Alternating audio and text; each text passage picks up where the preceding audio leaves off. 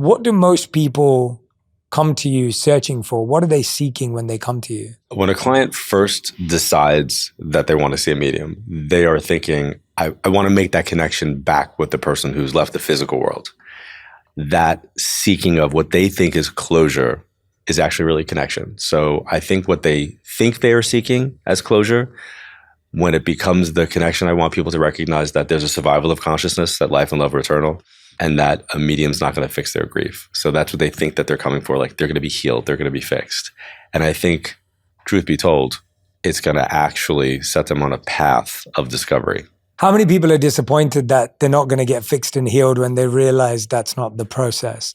And how many people continue to actually say, no, I'm going to commit to this next phase? I don't know what the numbers would be, but I can go by feeling, right? Yeah. I think that in every reading, no matter how amazing the information may be, you're always starting as a deficit, because nobody wants to sit with me.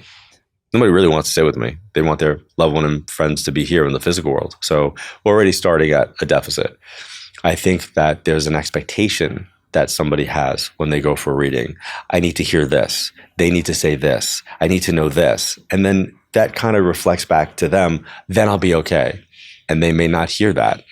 They may not hear from the person that they want to hear from, or they may hear from multiple people. So there's always a level of expectation management, and I think disappointment that comes into a reading. So that I always want people to be like, hey, if you're not ready for this, don't go. Like, process your grief in a different way, because you can't make someone come through, and you cannot make them say the things that you want them to say.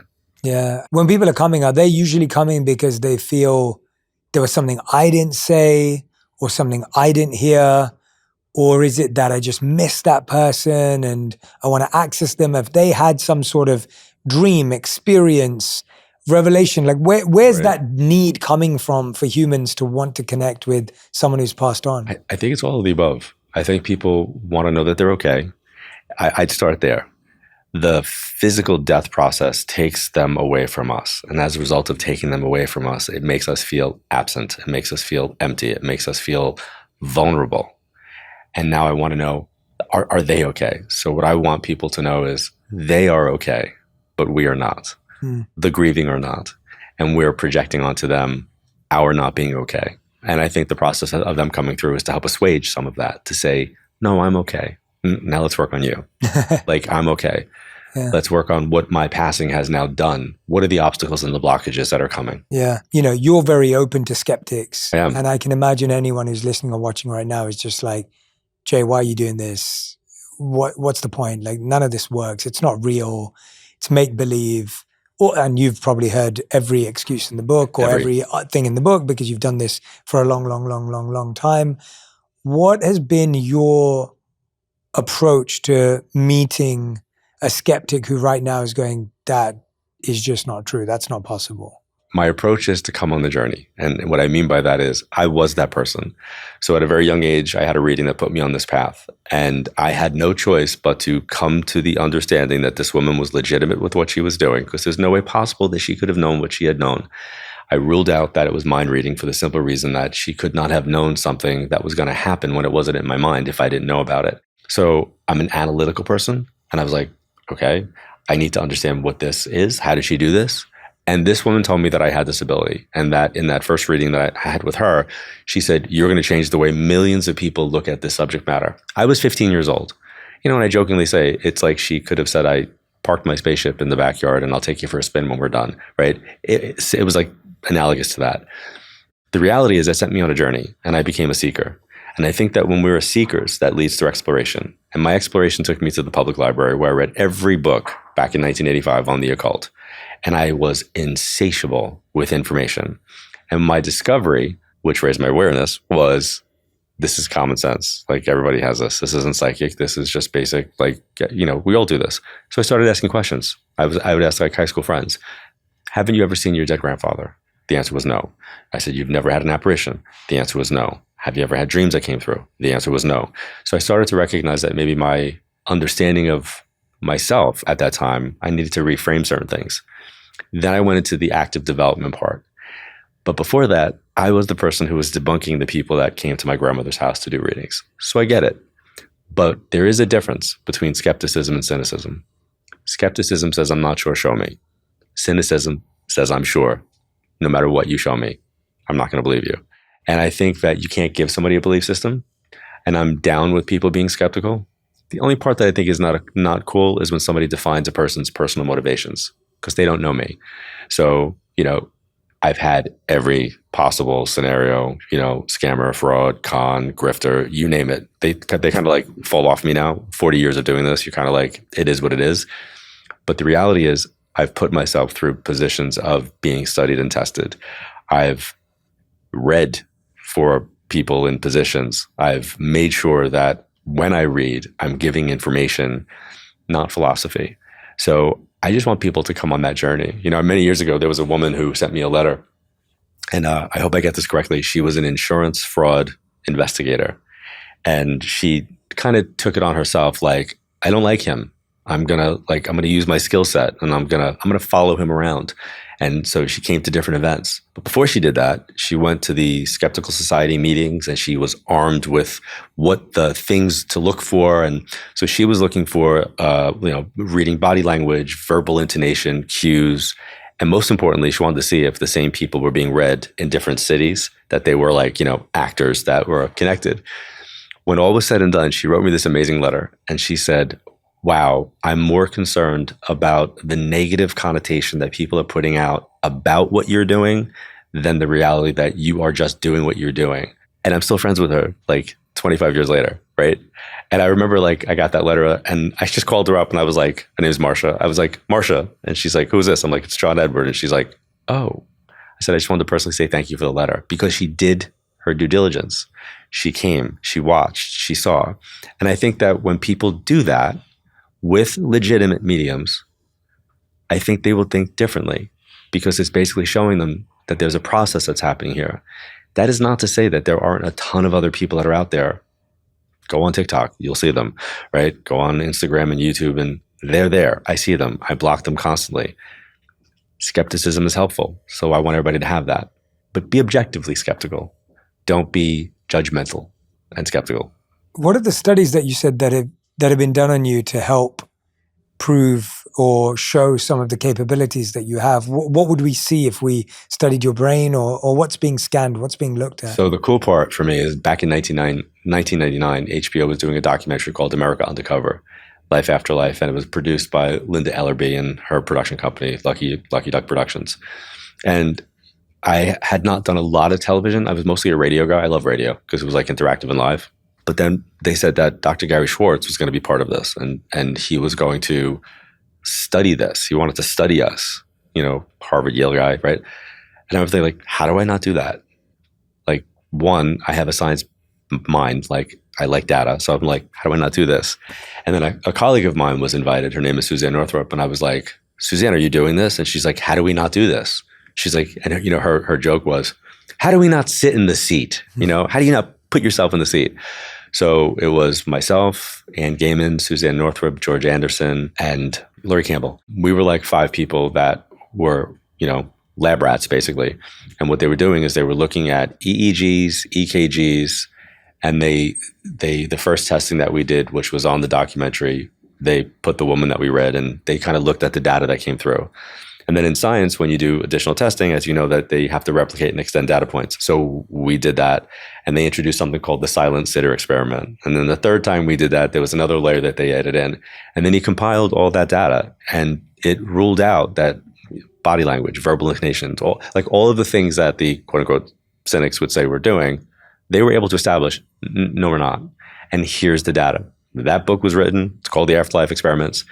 And I foolishly thought, like, when the studies came out and when the book got published, I was like, okay, we're going to take this work to the next level now. Like, people are going to go like, okay, there's like science. Oh no, they attacked the scientist. Now the scientist was crazy.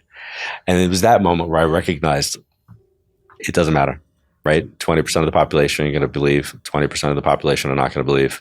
And some people fall, somewhere within that range. So that's where I came to the place of be skeptical. Question everything, so they're not taken advantage by people who are claiming to do this and can't. Make sure you're getting information and validation, evidence that that person is talking to your relative, and they're not just giving you philosophy.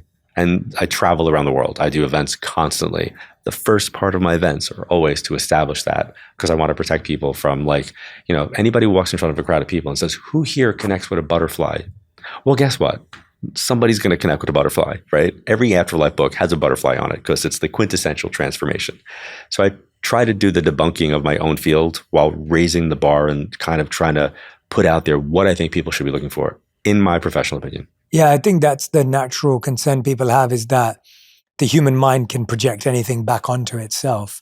So when you say butterfly, it's like every single person in the room is thinking of that exact moment. It's almost like saying, don't think of a pink elephant. And then naturally the whole room is thinking about a pink elephant. Well, what I do is I stand in front of the crowd and I'll say, I'm going to disappoint all of you right now. And they kind of get that look of like, what? I'm like, here's what I'm not talking about. And then I say, instead of me telling you, I'm going to show you why. And I go, who here connects with butterflies? And that's your sign. And then people raise their hand.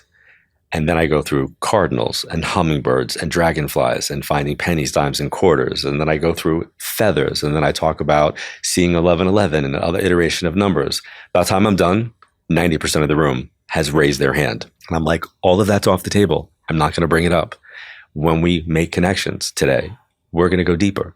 And you may have to think about something that's not on your top 10 list of what you want to hear. But as long as it's a fact and a validation, then it's letting you know that it's them coming through. And a lot of times it's really trivial stuff, by the way. Conversation that just happened, things that, they did when nobody else was around. But it supports that there is a survival of consciousness and that our loved ones and friends are still part of what we're doing. I want to talk about sessions with you, what they look like, because I almost want to have a conversation that helps people understand what the process looks like and feels like. And I was talking to my producer, who I know had a call with you before we booked this and everything. So she was saying to me that when you were on Zoom with her, you asked her if you could read her quickly, or whatever the right language is. Is that accurate? And she said you asked her a question like, who's Chris? And Chris happens to be her ex-boyfriend. Oh my God, I remember this. I did this. And sorry, Paige. And she'd spoken to him, like she'd had an interaction with him like 2 days before that, she was telling me. Okay. And it was just like, there is nowhere that you could have researched that. Her page is a private page on social media, so you couldn't find it there.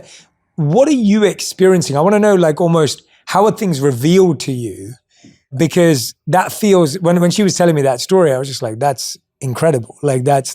You should come to an event then, because that's just the tip of the iceberg of like the layers of like what comes through. But I was just thinking, I was like, there's no way, unless you were family friends of a distant and you knew something.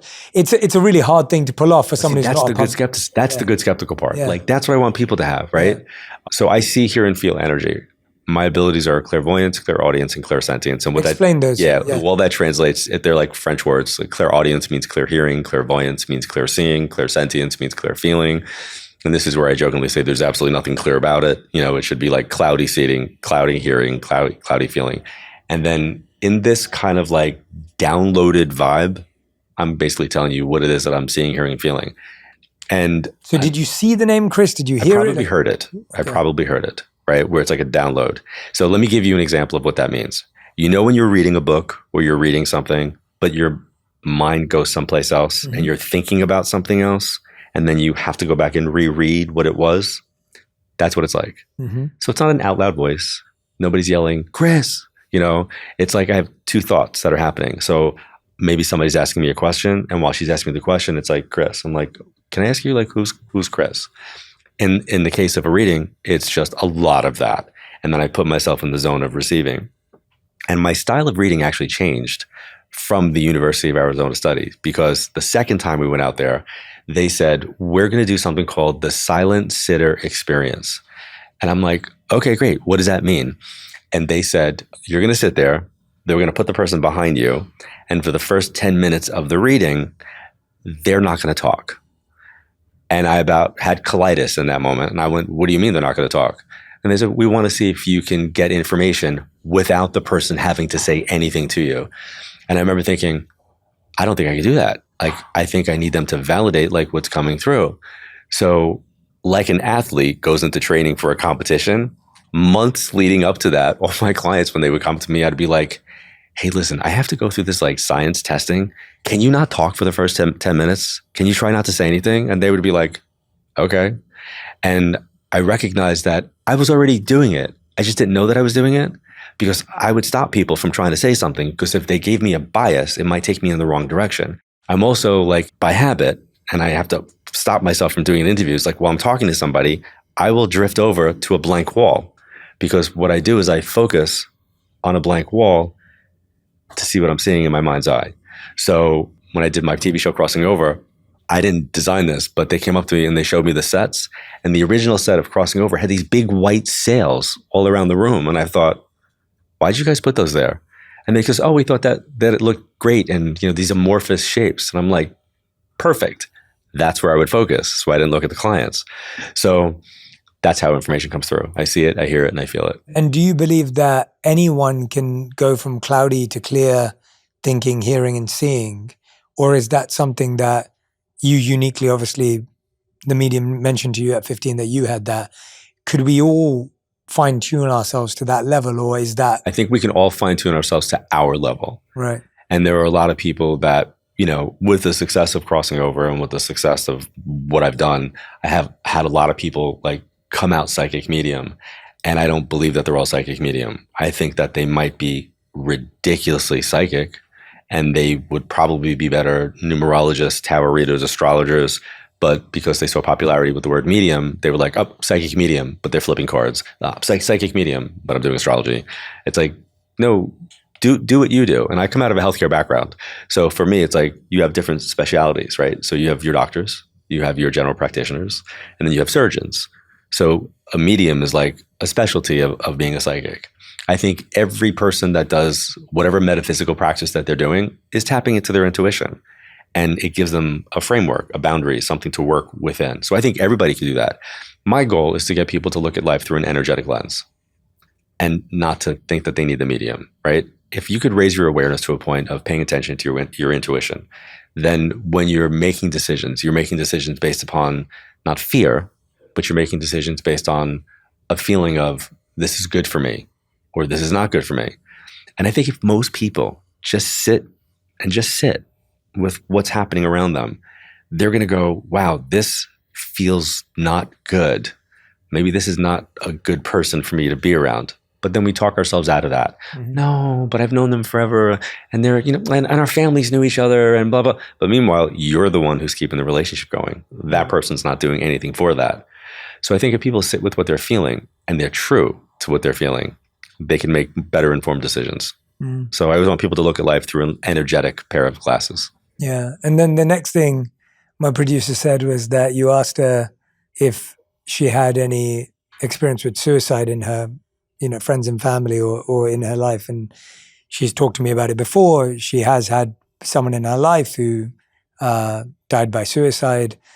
And then you asked her if she had any artwork to do with that person. And she actually has tattoos on her body that are based on that relationship. And I was like, you know, that to me, to do that over a Zoom call, I'm sharing all of this because this happened in real time and, right. You know, it's not an event and just for people to get context of you doing this over someone that I know on my team. And I was thinking, wow, like, you know, it's pretty amazing to be able to do it across Zoom.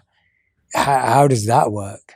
It's energy, right? So it's just energy. First, I have to say thank you because I can't tell you how many people I have been interviewed by, whether it be radio or television, where stuff would happen and they would never bring something like that up. So the fact that you're doing that is just like, thank you. It's real, so I have to bring it up. It's you know, if I'm talking to my team and we're always that's just it. You don't have to.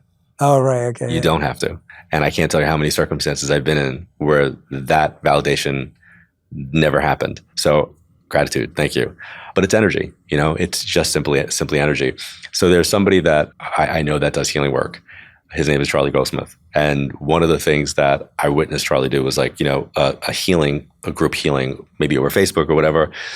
And I was talking to my kids and I'm like, you know, it's kind of like interesting. I was like, I would think that as a healer, you would have to like be next to the person like to heal them. And I see my kids look at me like, and I'm like, what?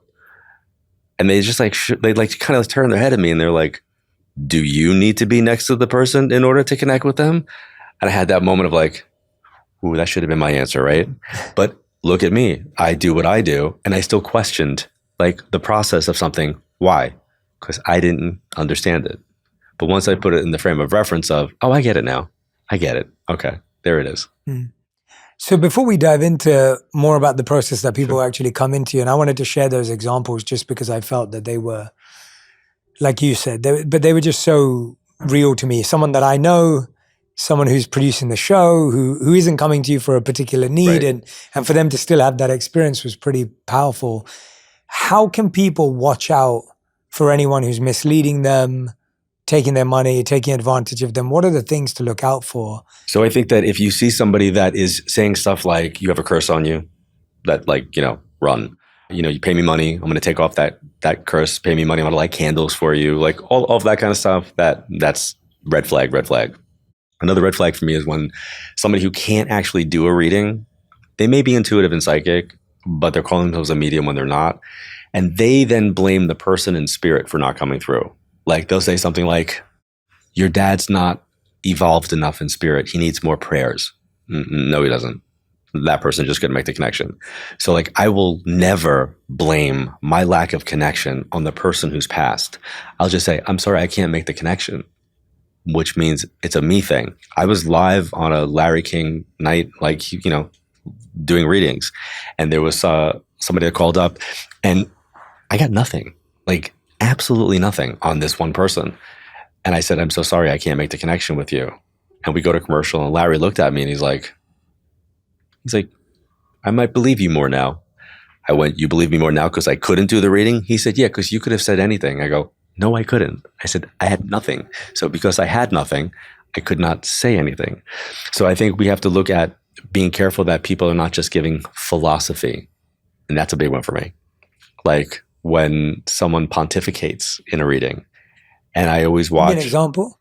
When somebody will not kind of feel like they're getting information, but then they get something, right?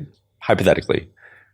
And then there's a story that's built around it, right? So if you know that the person's passed, right? If it's a mother, it's a dad, it's whatever, there's personality traits, there's relationship dynamics that you may want to hear. Your mom wants you to know that she loves you and she's standing with you, and it's swirly and it's flowery and it's ornate. And everyone wants to hear it. Yeah. Generally, yeah. Yeah. They definitely want to hear that. And I'll say that, but I'm going to say it differently. I'm going to be like, just so you know that they're okay and they're coming through from a place of love. Now, I have symbols. If I see pink roses, I know that they want me to express love. If I see pink roses with thorns on it, I know that they want me to express love, but they also want me to say in life, they couldn't do it. Can't hold the flowers, right? They're thorny. So I don't like when people give philosophy as information. I don't like when people, go for the low hanging fruit. Who here has the, butterfly connection? Like all of those types of things.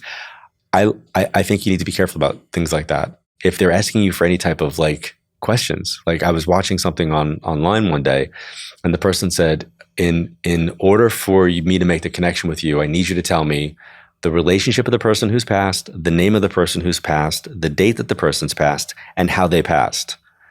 And I about levitated out of my chair. I was like, then what are you doing? Right? So if I'm doing a radio show, if I'm doing a call-in, I might say to the person, hey, how can I help you? Do you have a question? And they may say, I'd like to try to connect my dad. That's it. And then I'm going to say, okay, I may not get your dad, but pay attention to everything that's coming through. And then I feel like my job is to interview who's coming through. Who are you? How did you pass? When did you pass? Any pertinent dates? And then ultimately, I'm looking for the why now, right? So at the intersection of you, me, and the universe, why now? Why today? And what is that nugget that I have to mine for that I'm going to help them with? That's what I'm looking for in a session, whether I'm in front of people or if I'm in a one-on-one. How did you, the first time you did this, feel? Because you're in that reading yourself at 15 years old. How did you even end up there in the first place? Doing the reading that was done on you, that you heard, that you got the message. So my Italian side of the family, my grandmother, my mom had psychics come to the house all the time. My dad was a New York City police officer, not a fan of the subject matter. Made sure that I was never around it growing up. My mom and dad divorced, moved into my grandmother's house. Paranormal hub of activity. And for about 3 years when they would do stuff like that, I used to make fun of the people. I would, jokingly, I remember one guy that was a card reader that they had. And after like 3 people came out, the third or fourth person came out and I went, wait, let me guess. you're going to Florida. And the person went, yes, he said I'm going to Florida. How did you know that? I'm like, because you live in New York. Like, New Yorkers go to Florida and Aruba. Like, why is nobody going to Kansas, right? So the reality was I was that person. So when I say I understand skepticism, but after I had that first reading, I went to debunk her. And I went to debunk her because my grandmother came out of the room crying. She made my grandmother upset. And I was like, what did this woman say to you? Very protective of my grandmother. And she said, no, she told me that Tony was with me. And then I felt bad because I'm like, Grandma, Tony was my grandfather, Anthony. I was like, you were introduced as Mrs. Esposito. It's not a big stretch. It's going to be an Anthony or a Tony in your family. No. And to my grandmother's credit, she said, if you don't believe that your grandfather, who loved me more than life itself, is still with me, that's like a you problem, not a me problem. And then she said, how would she know this? And then she proceeded to tell me things that apparently were true that I did not know, having to do with my grandfather.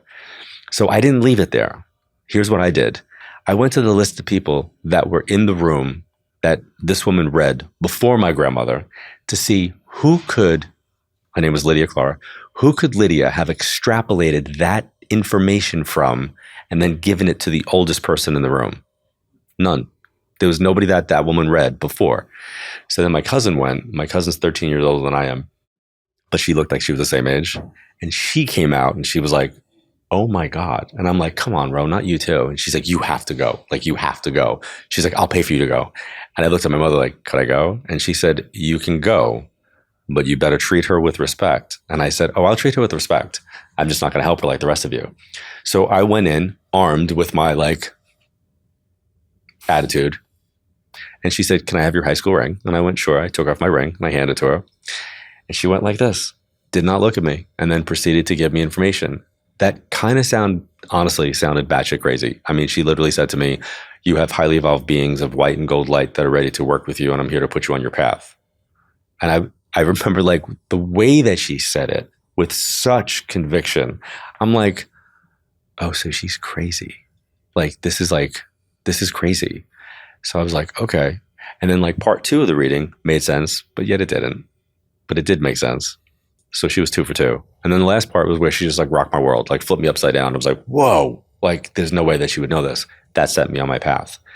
And then from 1985 to 1987, my readings were just what's happening now, what's coming up for a person. I had no interest in dead people. In 1987, my uncle died. That shifted my perspective. And I always tell people that when you have a perspective shift, that's where lessons come in. If you're open. I was open. And it was the first time I saw what grief does to a family. And then, unfortunately, 1.5 to 2 years later, my mom was diagnosed with cancer. And then my world was just rocked. And that was a catalyst for me. That was a huge catalyst. And it changed everything, because then I was the client. Is that how you first used the process, was for yourself? I think before that. So from 1987 to 1989, when a client came in to see me, I would apologize to them and say, hey, I know you're here because you want to talk about relationship stuff and job stuff and life. I go, but I'm also a medium. So I'm going to have to get that out of the way in the beginning. Is that okay? And people would look at me and go sure. And then I would do the first part of the reading where whoever's going to come through is going to come through. And then I got into what I thought was the real part, their life, why they were here and how I can help them. And then I had this one woman where her dad, he was just loud. And it was the session was 50, 60% over, and there was no letting up. Papa was not stopping. And then I looked at the woman, I remember saying, I am so sorry. I go, but I can't get into other stuff. I said, your dad's legitimately not stopping. And I say this often, it was the way she touched my hand. She leaned over and she touched my hand and said, it's okay. It's my dad. And I looked at her, I was like, so you're okay spending your entire session with me just talking to your dad who's crossed? And she went, yeah. And that was my first kind of oh, I didn't think people really had an interest in that. Yeah. And then I learned why people had an interest in that when my mom passed. So every reading I did for somebody else, I was kind of doing for myself. It was reinforcing, reading strangers. I was like, okay, well, if their mom was with them, then my mom was with me. And that's what really helped me with my grief. People always say what helped you deal with your grief? I was doing readings, just seeing the constant reinforcement, the validation, these people's reactions. Managing your money doesn't have to be a struggle this year. Monarch is the all-in-one personal finance tool designed to make your life easier. It brings your entire financial life, budgeting, accounts, and investments, net worth, and future planning together in one dashboard on your laptop or phone. Start your new year on the right foot financially and get 50% off your Monarch subscription with code PURPOSE. Unlike most other personal finance apps, Monarch is built to make you proactive, not just reactive. Let Monarch look out for your money with a personalized weekly summary that alerts you to spending spikes, big shifts in net worth, and upcoming expenses. Monarch helped users save over $200 per month on average after joining. This new year, achieve your financial goals for good. Monarch is the all-in-one tool that makes proactive money management simple all year long. Use code PURPOSE at monarch.com for half of your first year. That's 50% off your first year at monarch.com with code PURPOSE. At what point in their grief does someone have to come to really be open to it? Because everyone's going to miss someone they love. Most people are sad when they lose someone that they were close to, especially a mother, or father, or grandmother, or whoever it may be, a best friend. At what point do they really need what you have to offer? Is it because it's been too long and they can't move on? Is it because they really feel that? Because I'm just trying to understand, like, what I've lost people, and this is just who I am. So I'm very at peace with the closest people I've lost in my life. And I feel like I still communicate with them, even not in your way or in any direct way of listening, that I'm not a psychic medium at all, or don't believe I have those abilities, but I feel a connection to people in my own way. Right. So I'm at peace with that. So I guess I'm trying to understand what drives someone, and at what point do they really value and need what you have to offer? I think it depends upon the person. But if I could just say, generally speaking, I don't think anybody needs a reading. And I think that's kind of maybe shocking to hear me say that when this is what I do for a living. But I've been saying that since I'm 16. Like, I don't think anybody needs a reading. If you need one. I think they need an understanding. So I've always seen myself as being the teacher or the educator. And a reading can support what you believe or know, right? And that's important. But I think if we can get people to be 50% of the equation when someone passes, and you are legit still communicating with them, you're incorporating them in your lives. Like, I love the movie Coco for that purpose, right? It's like you're not forgetting the person, you're including them. I include my family and friends that have crossed in my daily lives. Yeah. Like, I keep their presence very much with me because I talk about them. That doesn't mean that I'm in channel with them. I'm not having conversations, but I kind of am, right? So like, what really is social media, right? When you do social media, people are posting their lives out there for the people that follow them to see it. Your photos or your whatever you're doing, you're putting that out there. So you may not send it as a text to someone, but you're putting it out there for those to watch. We're living our lives and they're watching. So we're like the social media for them. We're like the reality show for them, actually. But they may or may not like your photo, but they may come through to you in a dream. They may come through that song on the radio, that scent or smell, that dragonfly, hummingbird, butterfly, penny, whatever those things are that is your pattern. All real, by the way. But I don't think anybody needs a reading. They need an understanding. So let's say someone walks into your space, right, and they say, I've lost my dad, my mom, a parent. How does that, walk me through the process? Sure. Almost. So if I'm doing a one-on-one reading, or if I'm standing in front of a crowd of people. Let's do one-on-one. Yeah. So in a one-on-one session, and even in a crowd, nobody's saying anything to me. I'm going to sit with you. I'm going to tell you exactly what I'm seeing, what I'm hearing, and what I'm feeling. Sometimes if I'm in person, I'm going to do psychometry, where I'm going to ask to hold on to an object of yours so I can tune into you. Just think key, unlock your energy. And I'll make sure that that object is only yours and yours alone, and that it's not related to anybody who's passed, because I don't want to pick up their energy and read the energy and not make the connection. And then the first part of what I'm going to do is I'm going to look for where you're at in your life right now. And I may do that with numerology. I may look at your personal year and kind of see what the lesson is, because that'll give me a framework for you. And then past that. What does that mean? What's that? So personal year? So in numerology, there's a lot you can do, right? So every letter has a correlation to a number, and there's certain things that you can do numerologically. when I say you can do an entire chart with numbers, your birth name, your birth date, I have found for me, I like two things. I like a personal year, which is a yearly vibrational pattern that goes from birthday to birthday, and your life path, which is kind of like the number that you are, right? So like I'm a life path 9, which means I'm a life of service. How does someone know their... So the life path, you would take your birth date, like the number, and add it all across, right? So you would take like if... So I'm 7. Do you mind saying what's your birthday? 1987. Oh, but you're taking the full... You have to take the month plus the date. Oh, so my month is September, so 09. Right, so that's 9. And then 06, so that's 15. And then 1987 is the year I'm born.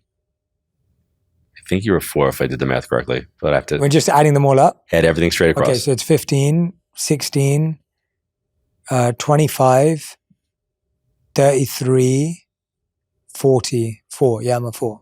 So you had everything. 40, yeah. You keep getting it all together. You're 4. So 4, yeah. So your life path is one of always laying the foundation, groundwork for the future, working hard, communication and progress. Like that's who you are. No matter where you go, whether you were a chef, doing what you're doing, or a politician, like that's going to be your life path.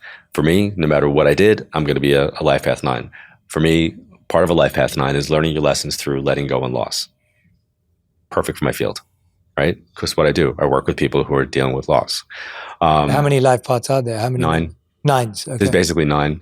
And then you can count 11, 22, and 33 as master numbers. Could you tell me what the different ones do? So if someone's a life path 1, 2, 3. A numerologist could do that better. Right. Got it. And can better. I mean, cursory, like okay. I can give you like, No, that's fine. That's fine. Ones are working on, the independence and it's a life path of individualization, but there's specific people that's kind of like their specialty. We'll get one of them on. Yeah. But what I do like about a personal year in a reading is it gives me like, okay, where are your lessons coming in? So if I know that somebody's going into a personal year that's a 5, that's a big transformational year. 5s are all about change, adaptation, and transformation. So that lets me know, like, so if I'm reading for somebody and I see that, if I see the energy of change, I now know time-wise, it's probably going to be within this window. So I like that. So that'll be the first part of the reading. And then the rest is going to be like who's coming through. And then when you say who's coming through, are you like closing your eyes? Are you holding their hand? Are you holding the object? Like just walk me through the visual of that. The vision would be me on a headset over the phone, probably doodling on a piece of paper and kind of focusing on what I'm seeing and hearing and feeling. And then I do treat it like an interview. So if I feel an energy coming in, I would say, okay, this feels to me like an older figure. Why do I do that? So I'll talk about people being above you, to the side, and below. Above you just means older. Below you just means younger. And then to your side would be a contemporary. Husband, wife, brother, sister, cousin, friend. So instead of going, I feel a man's energy, I try to place where I'm feeling it. Where do I think they go? And then I want to know what their relationship is. So I want to feel that. Then I want to know any important dates that are connected, any initials or names that are connected. When they give me names, it's their way of telling me who they are, who they're with, or somebody who's here. And then it's just anchoring myself. And then I like to validate the validations. So I like to give something else that supports that. And the reason why I do that is it gives me the opportunity to build up a trust with who's coming through for when they give me something that the client doesn't understand.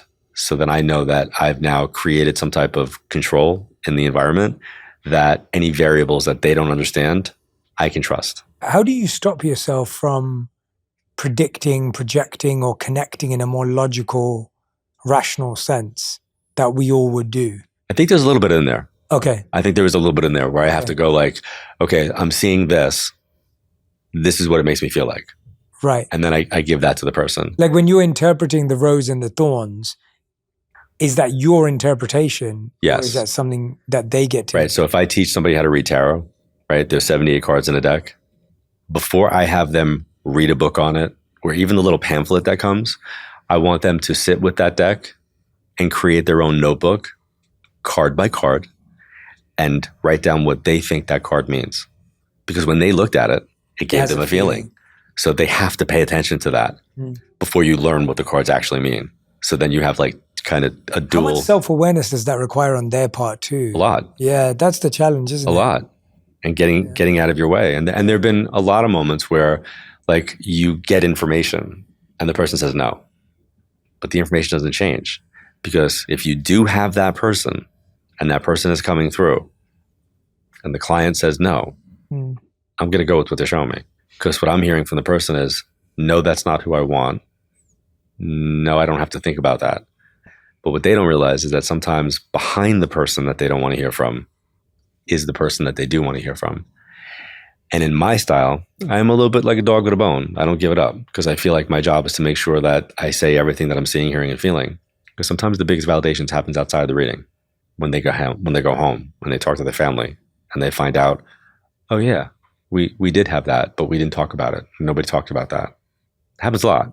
Do people often have people turn up in their readings that they don't know? Or is it generally people that you know? Most of the time, it's going to be people that you know. Yeah, that would make sense. No, I was just wondering. Most of the time. Yeah. But there are moments where like there are connections that come in, and then the person won't know about it until they talk to somebody. Like one of my favorite stories is I had a Saturday afternoon reading. It was my last reading of the day.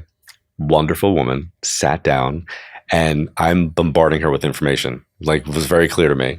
And she's like, yeah, I know how this works. She's like, so I'll go in your waiting room, and then whoever's out there that this is for, we'll let them come in. And I looked at her, I was like, there's nobody in my waiting room. And she's like, well, there has to be. She's like, because none of this is my family. She's like, so, you know, I get what you do. I'm open. This is not for me. And I was like, it's kind of got to be for you. I said, because you're the only one here.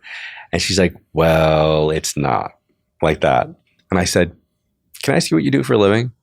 And she goes, me? She's like, I'm a grief therapist. I was like, okay. And that's all I said. And she just went, oh my God, you just brought through my last 5 clients. So she had 5 clients that she saw that day. I brought through the people that her clients were coming to see. And she looked at me and said, what do I do with this? She's like, because they're not coming to me for mediumship. I was like, you are the psychiatrist or the psychologist. I go, you're going to have to figure out how to do that on your end. I said, but these are the validations that came through. So she wound up working, I believe she wound up working that into a, you know, hey, I had this experience. Are you open to the world of energy? Is this something that you have ever considered? And it wasn't to get me clearly clients because there was no need now. The information came through in that way.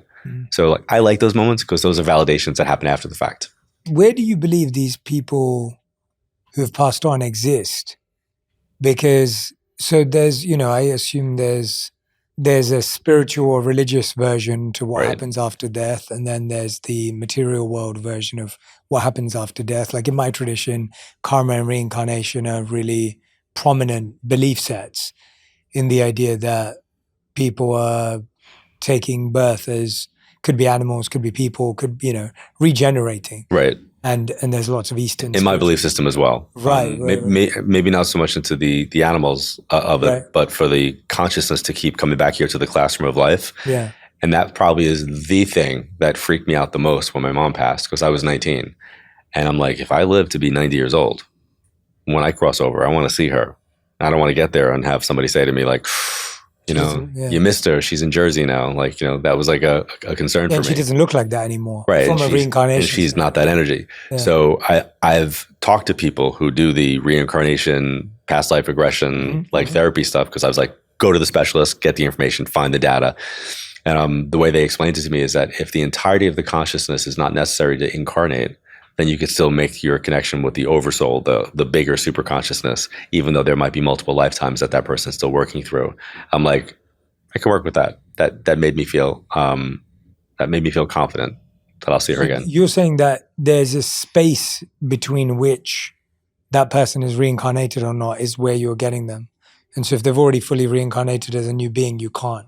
No, I'm saying that I don't believe that we fully reincarnate. Like in the entirety. So like if we take this glass of water, the amount of water, if this whole thing is consciousness, our soul, a portion of this might have multiple incarnations at different periods of time simultaneously. Simultaneously over decades around the globe. You know, and this is where I say to people. Do you mean simultaneously, i.e. like the multiverse, like having multiple versions of the same person, or that consciousness has passed through multiple bodies over that? Yes, right. Okay, fine. So same, that. Right. Yeah, and at different times, right? Eastern traditions would believe that the consciousness is what remains the same, and that same consciousness passes through from the body that looks like me today to whichever body I end up in my next life, to whichever body I had in my past life.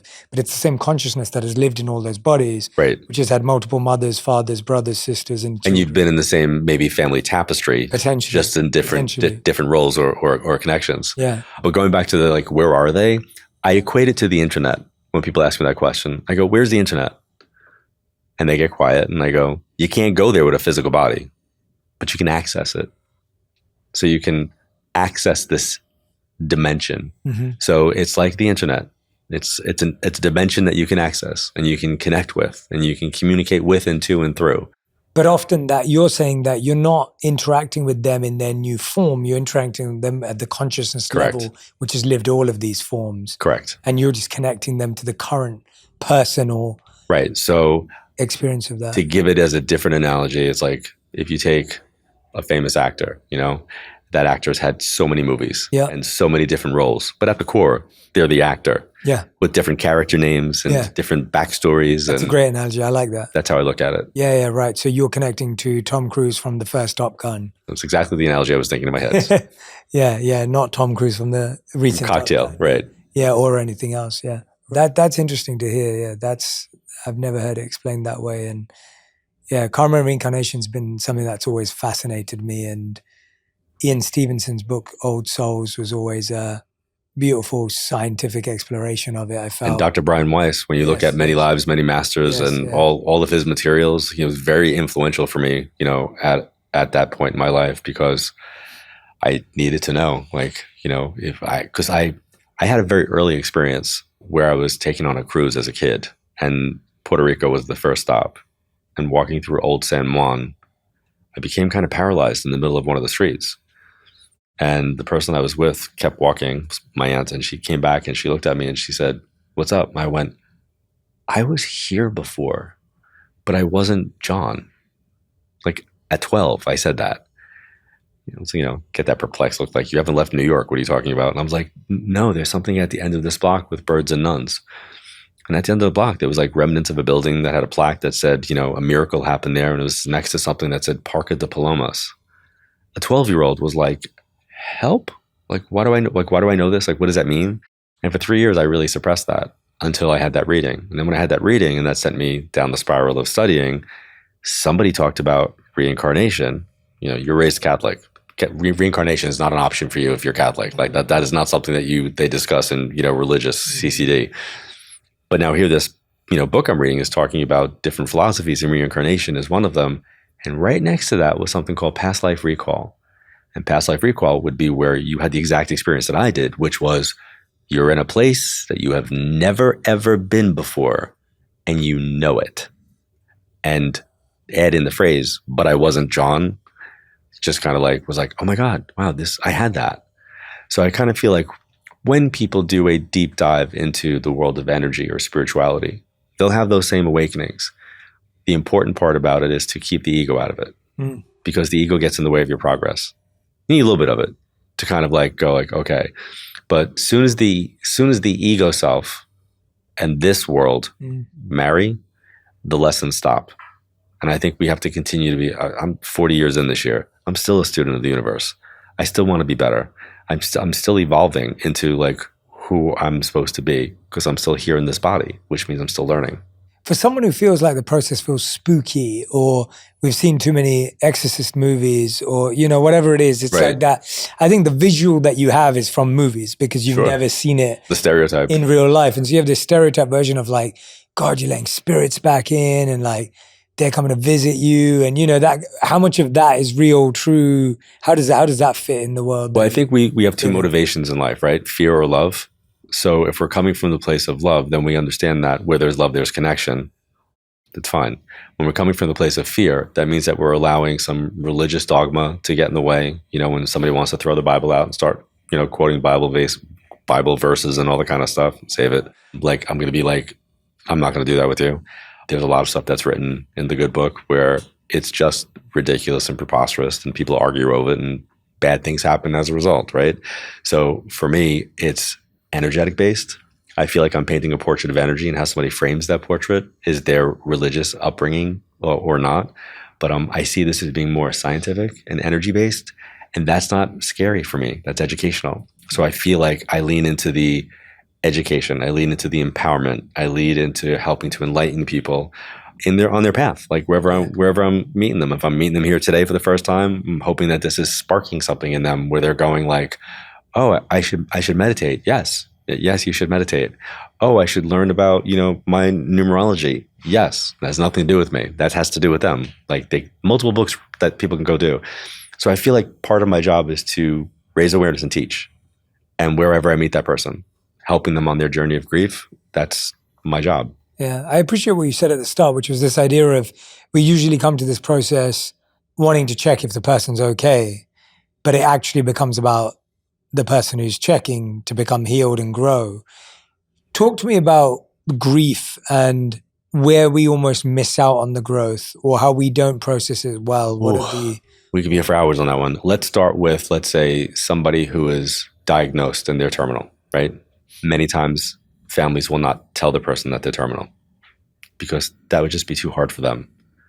The soul knows they're leaving. The consciousness knows it's going to be passing. So now we're just going to wait a month, 3 months, 6 months until that person leaves the physical world and nothing gets said, nothing gets talked about, nothing's communicated.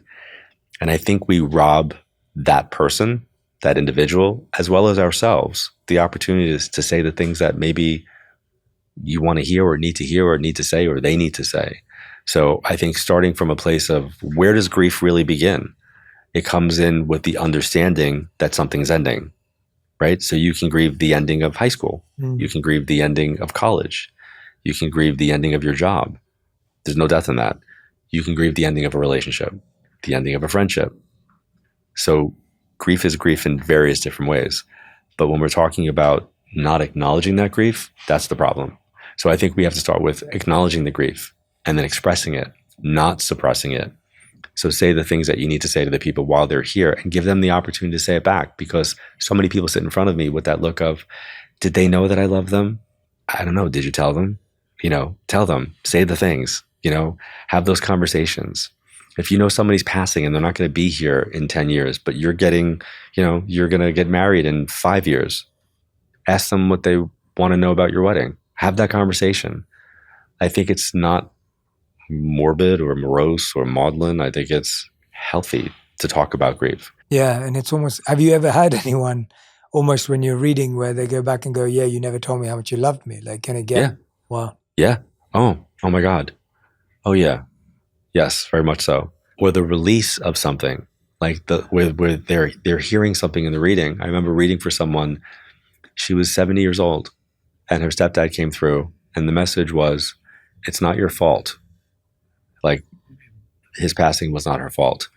And she had an argument with him and went to high school and he took his own life. And she lived with that for 50 years, 60 years, however old she was, feeling like it was her responsibility. Her whole life she lived with that. Wow. So, that's an extreme example. But I think there are a lot of people that just need to have the reinforced understanding, right? So I want everybody to do it now, like say the things now, so that if I have a thing with my kids, right? When they were younger, I would say to them, in case I get abducted by aliens, and they would laugh. But then that usually was followed up with a really heavy conversation. So I couched it in a way that they would participate in it. And, I think my son was 12. We were on a walk and he goes, Daddy, I get the whole like psychic thing. He goes, but at what age did you become obsessed with alien abduction? And I was like, I'm not. And he's like, you kind of are. And I'm like, no, dude, I'm really not. Like, why are you saying that? He goes, well, you always say in case I get abducted by aliens. So I laughed. I was like, well, I think you're old enough to understand this. I go, I mean, if I'm no longer existing on this dimension and I'm now existing on a different dimension, I'd want you to know the things that we talked about. He goes, do you mean like in case you died? I went, yes. He goes, well, that's not funny. I go, not meant to be funny, meant to be a conversation starter. So for your listeners, your viewers, use that phrase. Watch the people's reactions. They'll laugh. But then you're ice breaking. You're literally kind of setting up the opportunity to have a conversation that might be serious. Yeah. I love that. I really love that. And I think it's so important to be able to normalize some of these conversations because it's so much harder to change afterwards. And I think part of my piece is because I've always lived in a way to say how I feel in the moment and Yep. say what I believe and make sure people know how loved they are. And even if they didn't know how to reciprocate or respond to it in the moment, I was always happy to express how I felt because I just never wanted to feel that way. You want to hear a really kind of cool but somewhat unique thing that happens quite a bit? So I could be reading for somebody and I could bring mom and dad through. I could bring their husband through. I could bring their grandmother through. I could bring their friends through.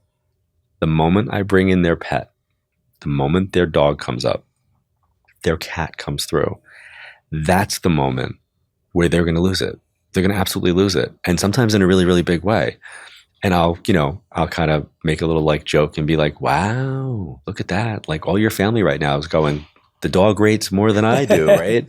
But here's the thing. What does that dog do to that person? Unconditional love. That pet shows you unconditional love. It's a reciprocal energy. You love it. It loves you. There's nothing that gets in the way of that. So I use it as a teaching tool when it happens and say, listen, look at what took place. It's about connection. It's about communication. So I always want people to say the things. You know, if you're leaving the house, I don't care you're in a rush. Let the people that you're leaving know how you feel about them. Because what if you don't come home? Yeah. What about when people have had really poor experiences with people and so they're coming to you because there's trauma, there may have been emotional or other types of abuse, there may have been people who've just had painful experiences with this person, but they love them too. It's messy, right? Like that's what love is. It's not, oh, I love them, I miss them. It could be complicated. And I imagine if they're coming to you, there's some layers to their love that need to be explored. How do you help them and guide them through this already difficult process, but with the emotions that could come back of like, yeah, you didn't tell me you loved me. I treated you that way because of X or whatever it may be. Like, how does that work? What does that look like? So one, again, for people that are listening, I want to establish that everything that comes through is going to come through in pieces and it's not conversational. It'll come across in pieces and I will symbolically interpret what that is. That's number one. Once I go down that path of helping them to understand and establish what's coming through, and I know it's being validated by like the way I validate stuff, it is not always easy when you are hearing from someone who's crossed that was in that exact relationship dynamic. But oftentimes the person that's coming through is coming through to assuage that feeling of guilt or disappointment or anger to help them. The hard part about that is that as the medium, you kind of feel like you now represent that person, so you could feel that coming back at you. So I'm not a therapist, and I will say, I don't know if you work with a therapist, but maybe you may want to have a conversation with someone that can help you move through this. Right. So you actually encourage them to meet experts in particular things. Oh God, yeah. I think I've had moments where I sit with someone for about 5 minutes and I'm very clear. And I go, do you trust me? And they go, of course I trust you. That's why I'm here. And I'm like, I'm supposed to get you someplace else. What you're looking for is not me. And they're like, what do you mean? I'm like, you need to work with an astrologer. Yeah. Where you're at, I can't help you. I could read you, but it's not going to help you. And I think it's going to be a waste of your time and money. So how about we save your money and let's just have a chat. And I'll usually spend the time with them anyway. And then I find the astrologer that I think that they're supposed to work with. And I always trust that. Yeah. What do you think grief teaches us about love? Grief is the other side of love. And if I used to work in a hospital, and when people would have open heart surgery, they're given, the heart pillow that you're supposed to hold on to. So if you cough or sneeze, that you don't affect your scars and the surgery. And I always imagine that heart pillow. One says love and the other side says grief. And I think throughout our lives, we're holding the love side close. But when we lose a person, it flips to grief. And I think honoring our grief, honoring our feelings, not ignoring them, gets us back to the other side of that pillow, which is the other side of grief, and that's love. So I think grief teaches us about love and appreciation and communication, and that's the goal. What do you say to someone who just feels like they'll never experience joy again? I like to validate their feelings and say that you won't feel the kind of joy that you had before, but you can find joy in different ways and take them on that journey with them. So it's not just the absence physically, but that you still have the connection with them. I can never remember Jay, I never remember what it's called, but there's Japanese art where when things get broken, Yeah, kitsugi. yes, and they put it back together and it's got the golden glue, it actually highlights the cracks. I feel like grief is highlighting the cracks. We put ourselves back together because we have to, but we're never seen the same way again. How could you? You know, my son's middle name is after two boys that have passed, both named Michael. And one of the boys, he's one of the boys, man, he was a firefighter in 9/11, Michael Kiefer. And his mom, when I read for her, she's a powerhouse of a lady, she's a powerhouse of a mom. And she told me a story once, and she said, somebody asked her, how you doing? And she said, well, there was the me before 9/11 and there's the me after 9/11. No greater phrase can be said because we all have that. There's the you before the event and there's the you after the event. And I think when you recognize that there's a different version of you now, and again, that's in every way that you can grieve, by the way. It's not just death, right? If you've gone through a divorce, there's the you before the divorce, there's the you after the divorce. If you broke up with a long-term friendship, there's the you before that, the you after that. How do you navigate life in this new way? Trying to be the old you can't. Doesn't work. Yeah, that validation piece is so important. Huge. Even hearing you just say to someone that, yeah, you won't feel the joy you felt before. In one sense, it's so freeing because we're trying so hard to feel that joy again, and knowing that you won't is liberating because it stops you from chasing and pursuing something that isn't going to happen again. But it also could be a free fall. Tell me about that. So when my mom passed, the morning that she passed, I had to go, long story, but pick up a tuxedo to be in a family wedding that I promised I would do in case she did pass, and she passed right before the wedding. So that morning I was like sitting in my car and I looked up at the window of the room that she had just passed in maybe 3 hours earlier. And my first thought was, nobody's ever going to care what time I come home again. I had no boundaries. And I was like, that's a scary feeling. There was nobody to tell me no. There was nobody to stop me. There was nobody that was going to be like, you shouldn't do that, because nobody would probably dare at that time. It was a scary feeling. So in life, when you find yourself in a place of questioning something like I did, right? And you could be 36 doing that, you have a feeling that could be like free falling. And that's a scary place. You know, you don't know if there's a net. You don't know if somebody's going to catch you. And then with that grief, maybe you stop talking to people and you shut down, or maybe you start drinking, or maybe somebody puts on 47 pounds, whatever the thing is. So it could be a scary thing to recognize that life's never going to be the same. Joy's not going to be there. So how do you work through that? You know, having a reading, not going to fix you. Having an understanding about readings can help give you an understanding of putting one foot in front of the other, knowing that there's a survival of consciousness and that they're still with us.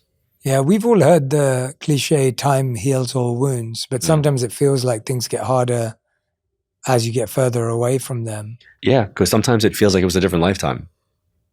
Sometimes it feels like it's a book. Like I had so many amazing experiences with my mom after she passed, and I shared them. And you know, there's like a whole purple coat story I put in my first book. And one of the things that I remember one day was probably like maybe 7 or 8 years after she died. And I was telling the story, and I got very good at explaining the details of the story. I knew the beats of the story. I knew how people were going to react to the story. And then the story was over, and I remember not feeling it. And I was like, oh, that's not good. I'm like, this is like a really personal, powerful moment for me. And I think I'm not going to share that for a while. And I stopped telling it. And I remember being at events and people were like, oh my God, can you tell your mom's purple coat story? And I'd be like, you know, I can't right now. I set a boundary because I wasn't feeling it anymore. It almost became like flat. And it was too powerful of a story for me. And I needed to own it again. So I think sometimes when you're grieving, we go to places that become superficial. And I think that we have to make sure that we never lose the depth of what that emotion is and that depth of what the person is. And for anybody that's watching this, journalize, write down your feelings, don't forget what it is that you're feeling, because you want to make sure that you're honoring yourself, but you're also honoring them. Because sometimes we go through these moments of like, I'm going to forget this. I'm going to forget their voice. I'm going to forget that this happened. I'm going to forget. Write it down. Yeah. My wife was extremely close to her grandmother, who passed away a couple of weeks ago. Oh, I'm sorry. And she was 91, I think, when she passed away. And she had a beautiful send-off and really special and peaceful. And it's amazing. My wife was by her bedside for 4 months in hospital and at home, wherever. And my wife had the foresight probably maybe now 6-7 years ago to interview her grandma. Oh. And so she had all this video of How awesome is that? asking her questions and stories. And so when she was preparing her speech for the funeral, which was such an emotional thing for her to do, it was filled with all these stories that she had from this video that they would never have known. And yeah, I feel like there's such a need to interview your parents and interview your families before they're not here anymore. I love that. Because there's so many stories your parents haven't told you, even though you think you know them. And I did that. I interviewed my mum maybe a few years back now, maybe 5-6 years ago, just at a dinner table. We didn't record it. I wanted to record it. But I learned so much about my mum that I would never have known. And it brings you so much closer. And so whether you're an interviewer or not, it's a beautiful thing to do while someone's still here. Shared connection. Yeah. It's a shared connection. Yeah. What do you do when you meet someone who tells you they're stuck in their grief and they're just stuck with processing? I'm sure you hear that a lot. So when I hear someone stuck, I usually try to get them to go work with it. If they're not working with a counselor on some level, and sometimes they'll tell me, oh, I did that, didn't work. And I will remind them that there's multiple counselors. It might not have worked with one. Maybe find someone that you do click with. But I will look at trying to get them to have their astrological chart done. Here's why. If they look at their chart when that person passed, it's like a snapshot of like, what was the syllabus you were spiritually supposed to be learning? Mm. And I like people to look at that, because then it gives a meaning and a context to the pain. It's like diagnosing an energetic thing. I like that. Yeah. I like people to do that. And this is where people are like, oh, he's talking about a numerologist, he's talking about an astrologer, he's talking about, I do that a lot. I feel like as a practitioner, yeah, for me, it's got to be like, how do I best serve this client? No, absolutely. I mean, I coach people and I'm constantly introducing them to sleep experts and therapists. Right. And trainers. And you probably know a lot about all of the things that you're sending them to, but it's not what you do. It's not my expertise. Right. And so I may not be specifically trained in it. And so it's better that someone else can come in and step in. And I think people need groups of people around them to heal, not one person. And again, going back to the ego point, I don't believe I have any power to heal anyone or be the person who solves all their problems.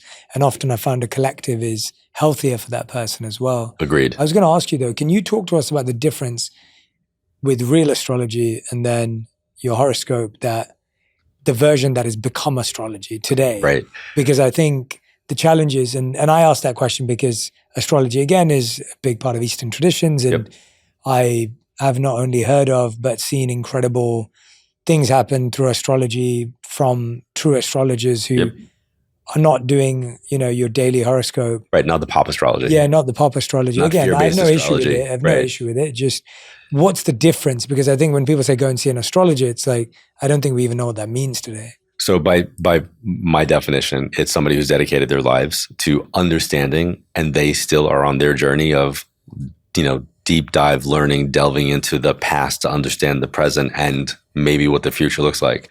It means having your natal chart looked at, which you would need your birth date, the time and location that you were born. And then if you don't have that time, they can do something called rectification, where you give them events in your life and then they kind of like retrofit where they think your planets are. And then they will kind of look at your life and kind of tell you who you are. Now, the control freak in me, when I have a client that I'm going to send to an astrologer, so I have a platform called Evolve Plus, right? So on Evolve Plus, I have various creators that I've worked with that I send my clients to. Certain clients need certain people with their expertise in what they do. So I usually give them a directive. So I look at astrology like an MRI. You don't MRI your entire body. most of the time. I mean, you can now, but you're going for a specific reason. So I would say, okay, well, if you're an Aries, then you're going to have Saturn in your chart. Maybe go see how Saturn's going to play out for you. So now there's an intro into your chart. But in that specific example, I would say, hey, I lost my person on, December 13th, 2022. What is the lesson? I had a reading with John Edward, and he said that I should look at, what's the lesson I'm supposed to be learning from that? I think the more information we get regarding the lessons we're here to learn can help us to move through whatever the stagnant, stuck part of it is. Yeah, that's a better question too, as opposed to what's going on in my life right now. Yes. Which is a bit more broad and open. Right. And kind of could be like, yeah, well, right now this planet is making this happen and this. It's more like a weather forecast. Right. Rather than being specific in what lesson am I going to learn right now? What it's needed of me right now. I'm also not a fan of the word predictions, right? Yeah. So when I'm doing a session, or if I see somebody as a practitioner and they kind of predict stuff, I'm more of a projector. I like to say, these are projections from where you are. If you don't like some of this, try to make the changes now so you can adapt that, right? No different than health. Right now, your test results are showing this, your lab results are showing this. If you don't change this, these numbers are going to go up. That can cause this. That's how my brain works. I used to work in a laboratory. So it's like when I'm doing a reading, I'm seeing the energy projections and I'm like, hey, this is the line of probability that you're flying on. You may want to shift this. Yeah. Or, hey, this is awesome. Gas up, keep going. Yeah.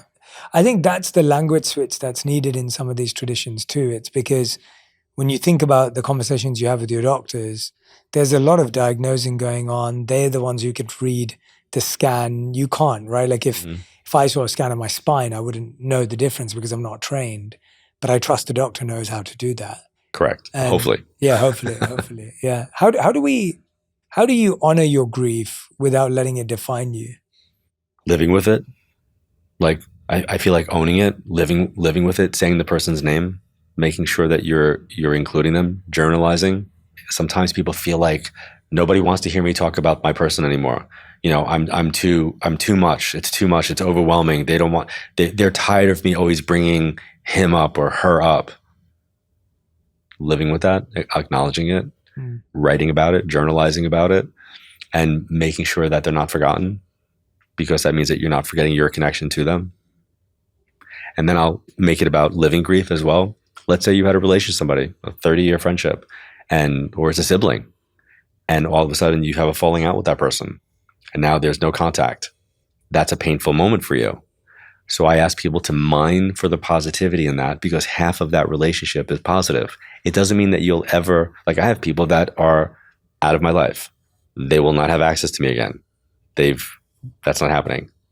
But when I reflect back on my time with them, it's not negative. I know that negative things might have brought us to where we're not connected now, but I'm not going to take away my past. Yeah. I had a great time with you. I had a great time for the time that we were spending together. So I'm not going to be spending negative energy, mourning the negative side of it. Yeah. I get the negative side. I'm gonna reminisce about the positive stuff.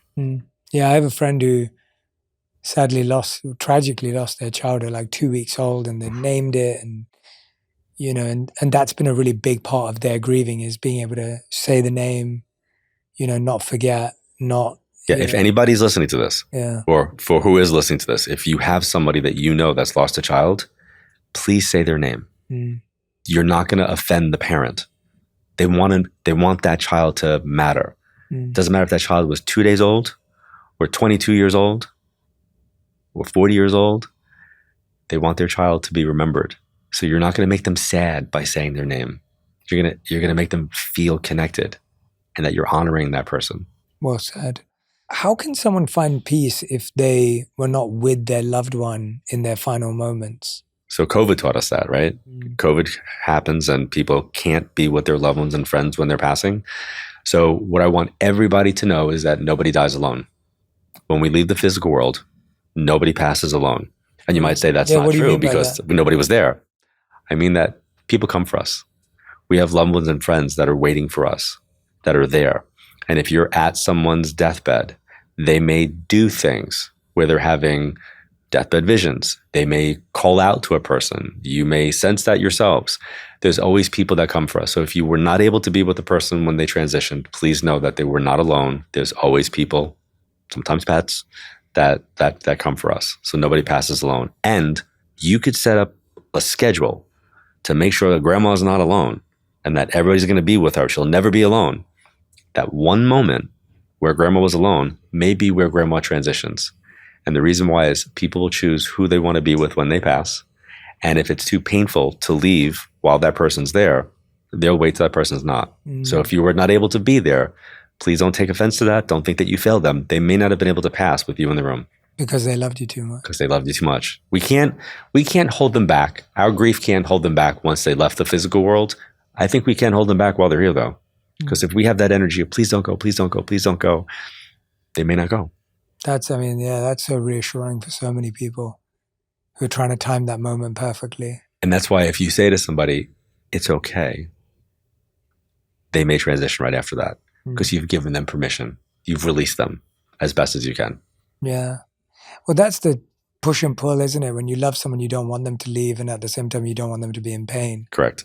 And so until you're willing to let go and recognize that that's better for them, there is some energetic force that makes them hold on and stay on as well. So I have a phrase that I use with my kids, but I think it's applicable when it comes to grief as well. I have an aunt that said, she's like, I know you're really close with your kids. She's like, but you're going to end up growing up. You're going to have to let them go. And I said, I'll never let them go. You said that. I said, I'll never let them go, but I will let them grow. And I feel that when it comes to grief. We may have to let them go physically, but let us grow together until we are able to connect again. That's beautiful. And I feel like when people leave the way I felt that with my wife's grandmother passing, it was so peaceful, and she left so much peace because she was this radiant, vibrant, deeply conscious powerhouse of a woman. She left like this, really peaceful, sweet, celebratory energy, which was hard because it wasn't, and a legacy of love for the family to kind of stay connected, right? As a result. Absolutely. She gave the language. She gave the energy. She set the structure. My grandmother, I'm feeling from you, like my own grandmother. The level of any of my cousins watching this right now or listening right now, they're immediately thinking about my grandmother in the same way because she inspired family. She inspired connection and love. Yeah, which sometimes through guilt, but it still worked. Yeah, exactly. How can people connect with people they've lost in their life on a daily basis? You mentioned earlier that you do that. I was talking about how I do that. How do you suggest people do that and keep that person alive in their life? And is that healthy? I think it's healthy. I think it's important. I think telling stories to people that never knew them. Like I never knew my grandfather. I never met him. My grandfather died before I was born. My mom did an amazing job at making him a three-dimensional figure for me, from explaining what he looked like, how he was emotionally, like positive and negative, by the way. Like she just made him a real person that I kind of felt like I knew him. So it would be like if you go see a movie and I'm not going to get a chance to see the movie and you now tell me all about the movie. Yeah. You give me the plot, you give me the characters, the cinematic of it, all of it. And I feel like I've seen the movie now because you did such a good job describing it. Well, I'm happy she did that because she gave me language. And that language is what I had to use with my kids for her. And I will have conversations with my kids legitimately where I'll be like, make sure you tell my grandkids this. And my daughter will be like, you tell your grandkids. Meaning like, you ain't going anywhere. But the reality is, what if I'm not here? That is a reality. I may not be here when they have kids. So I'm having that conversation with them. Make sure you tell my grandkids this. Make sure that they know about this. So I think having the conversation is important. Communicating with people that you know will never know them or meet them so that you're keeping this three-dimensional archetype of a personality present. Because really what it's doing is keeping a bridge between you and them and doing that.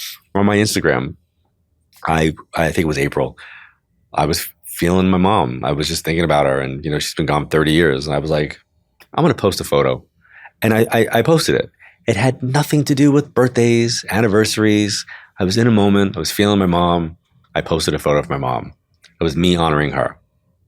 So, I have this like image in my image in my head of my mom being in the afterlife going, look, my son posted a photo of me on Earthagram. Look, let's go look, Yeah. But I'm honoring. I'm keeping that person.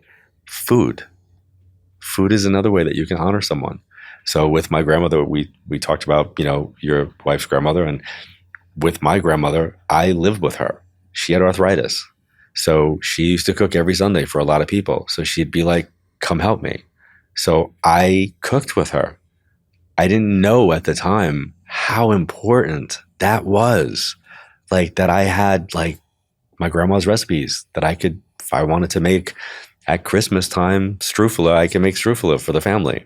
Not that I do, but I could if I wanted to, right? Yeah. So there's a tradition that gets passed down. So what are the legacies? What are the traditions? Food, like music, all of those things are ways to keep them present and allow them to still be part of our lives. Yeah, those are beautiful. I love those.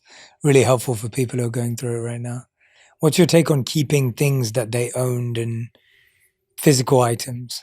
Again, I think that depends upon the person. My thing is they don't care. Nobody ever comes through going, you gave away my car. You threw out my clothes. Like they don't care. The value for them is love and connection, not articles, not things.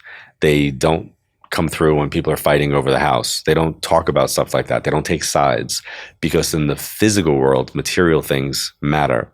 That doesn't matter there. The true value of the world, energy, universe is love and connection, communication. That's what they value. That's what they come through, mostly about. Fascinating. But I think for some people, they're in positions where they can't keep a house, right? So if someone can't keep a house and they know that let's say their spouse loved the house, they lived and breathed for the house, for the garden, they put their entire life into that, and now they have to sell the house because they can't afford it. That's devastating on top of the loss. So I've had so many readings where people come through saying, it's okay, you can sell the house, you're not losing me. But that's great to be released of that. But that person still is losing their house. So now they're going to grieve the loss of the relationship and they're going to grieve the loss of the house. So what's the solution? In an example like that, I say, hire a real estate attorney, a real estate photographer to come in and film your house in that 3-dimensional thing. So you can always have a walkthrough of the house that you remember, because you don't have to be in the house in order to feel the house. You could legitimately walk through that house anytime you want. So you find ways to navigate and kind of experience your grief, but to work with it and through it. Yeah. So a question that I have, John, is I feel like for a lot of people, they can become a sort of dependency on a lot of this work, and it can start to become somewhat of a crutch. Obviously, we all need time to process. We need time, but it can become something that you just fall back on all the time. How do you help someone move on or move through that? Because it can kind of feel self-fulfilling to just sit in this space, try and get affirmation and validation, but not really do the work and apply and move forward. So I think it's a really powerful question. And I think it's really important that people don't look at this work as a crutch. It should be something that is an asset to their way of life and the way of their thinking. So we should never externalize our feelings, whether it be love or grief. We should be internalizing those moments. And I think I was very kind of like, lucky because I was popular like from the beginning of my career. So it was hard to get back in to see me. So I could keep a buffer between people. But before that kind of like happened, I would say to people when they would say, when can I come back and see you again? I'd be like, a year, 9 months, like take some time. And they'd be like, that's a long time. I'm like, well, yeah. But when I used to work at a psychic fair, when I first started, the same people would show up like every 2 or 3 weeks. And they had the same questions. And I remember saying to this one woman, I'm like, can we let some life happen here? I was like, because I feel like I should be coming over for dinner now. Like, I feel like we're friends and I don't really feel this is professional. And then I had another client that I jokingly fired her. And I just was like, I cannot read you anymore. And she was like, why? I go, because he is never leaving his wife for you. I was like, I'm not the right person for you. I'm not going to tell you what you want to hear. So I think it's important to set boundaries. So I set boundaries with clients all the time. Like, I'll just be like, you can't come back and see me. If I'm doing a Zoom group and I recognize somebody, I will literally say to them, I can't read you. I've just seen you. I remember you. Like, I don't want to remember you. So yeah. Your new book kind of took you to different lengths, almost outside of your outside of your comfort zone. Yes. To really uncomfortable spaces beyond what you'd usually do. Yes. Talk to me about how Chasing Evil even came about. So Chasing Evil is the 30-year culmination of me assisting an FBI agent, now retired, on his casework. And he, like multiple other people, did not believe in the subject matter, except he took it to another level. He heard me on radio. I do a lot of radio, live call-ins. He heard me multiple times. And he thought I was a fraud, a grifter, and a con, as he puts it. And he came to me under the guise of a real cold case that he was working. And he wanted my assistance. He brought 9 items, 5 of which were pertaining to the case, 4 of which were control items that had nothing to do with the case. And in the beginning of my meeting with him, I separated the 4 things that did not belong to the case, got his attention. He had arranged for the woman that was missing, her daughter, to be on standby because he heard me make connections with people on the radio. So he thought, put me on the phone with the woman. The woman comes through, I solve the case. That didn't happen, but I wound up reading for him and gave him information that was applicable to his life. And then information that when he went home, he had to get validated from his parents, things that he did not know. So his world got a little bit rocked, right? He got the reality of what a reading looks like, the validation, and said, can you use your ability to help me? And there was a sense of duty that I kind of had. Now, the ironic part is my dad was a New York City police officer and told me, don't sully my name with this BS that you're doing and never let me find out that you're like working with the police. Like just don't do that. And I didn't. And by the way, I really didn't have an interest in it. And with great respect with this book and this process, I still don't have an interest in it. It's not where my passion lies. My passion is not into crime solving. My passion is to help everyday people in the same way that when I did, crossing over in TV shows, I hated when they brought celebrities on because I didn't want to read celebrities. That's not my thing. Chasing Evil was different. I got pulled in with Bob and it took me on a journey that I wasn't expecting.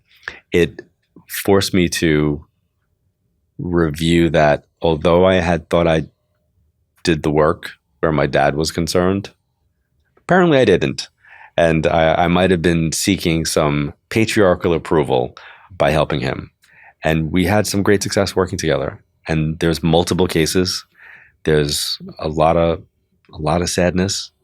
And I felt, again, the word was duty, to try to help this man on his path. I say openly, I didn't solve anything. I did for him what I do for my clients. I gave him information. He used that information and he solved his cases. And what book would you recommend to my audience who wants to learn about your work from a foundational level and to really dive into it? I have a book called The Infinite Quest. And that book is on a platform that I created called Evolve Plus TV. Mm-hmm. That's probably where I would send people because Evolve Plus TV is a one-stop destination where you're going to hit all the things that we talked about. Mm-hmm. We have somebody that does past life regression therapy on there. We have numerologists on there. We have astrologers on there. And they're all people that I work with. Like I've worked with them, sent clients to. So I kind of brought them together in like one spot. And on Evolve Plus, people have the opportunity to set up a profile. We do a ton of live streams. So there's multiple opportunities to interact, evolve, learn, and grow. But the book Infinite Quest is on my channel under books.